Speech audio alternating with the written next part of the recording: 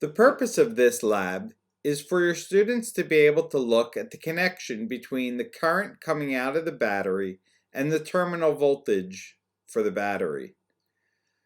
These batteries will have a significant internal resistance, and your students will be able to see how that internal resistance affects the voltage for different currents.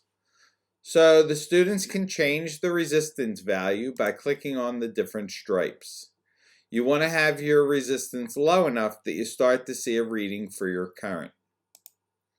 This will probably start to happen around the red or even the brown band.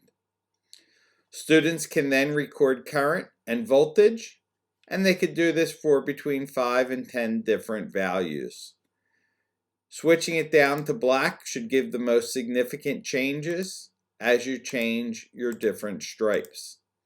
I would suggest changing the first stripe down to brown, collect lots of data for that, and then you could start lowering the resistance further with the middle stripe. Okay, once students have enough data, they should graph it out. They should get a linear graph with a negative slope, and they should be able to use the graph and the equation to find things like the maximum possible current we can get from the battery, the electrochemical potential of the battery, and the internal resistance of the battery.